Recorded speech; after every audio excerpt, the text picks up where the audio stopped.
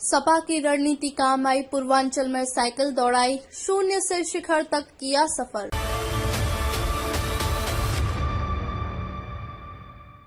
नमस्कार, मैं खुशी और आप देख रहे हैं स्वतंत्र भारत न्यूज। आइए नजर डालते हैं इस वक्त की खास खबर पर। पिछले 2 चुनावों की बात करें तो वाराणसी, आजमगढ़ व मिर्जापुर मंडल में सपा को 2014 से 2019 में एक सीटें ही मिली थी।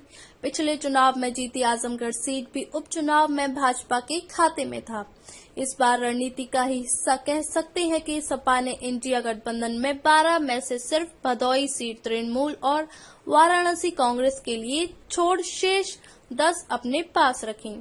लोकसभा चुनाव के नतीजों में इंडिया ने प्रदेश भर में अपनी ताकत दिखाई, लेकिन पूर्वांचल की 12 सीटों पर नतीजे सियासी गलियारों की हवा परखने वालों के लिए भी चौंकाने वाले रहे।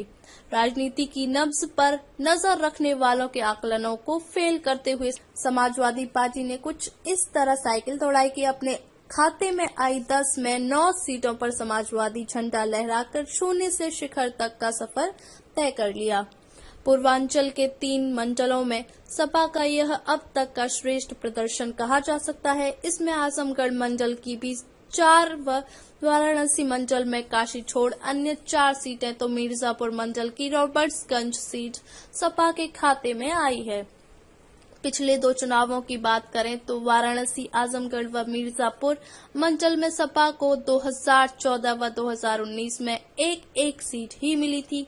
पिछले चुनाव में जीती आजमगढ़ सीट भी उपचुनाव में भाजपा के खाते में जाने से सपा का हाथ खाली था। इस बार रणनीति का ही हिस्सा कह सकते हैं कि सपा ने इस बार इंडिया गठबंधन में 12 में से सिर्फ भदोही सीट तृणमूल और वाराणसी कांग्रेस के लिए छोड़ शेष 10 अपने पास रखी।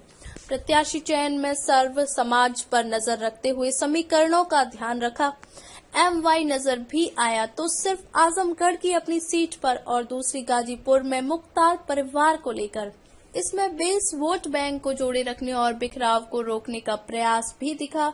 यह आजमगढ़ में उपचुनाव में मिले झटके को बेखटके कुज्जू जमाली को अपने पाले में लाने की कवायद में भी दिखा।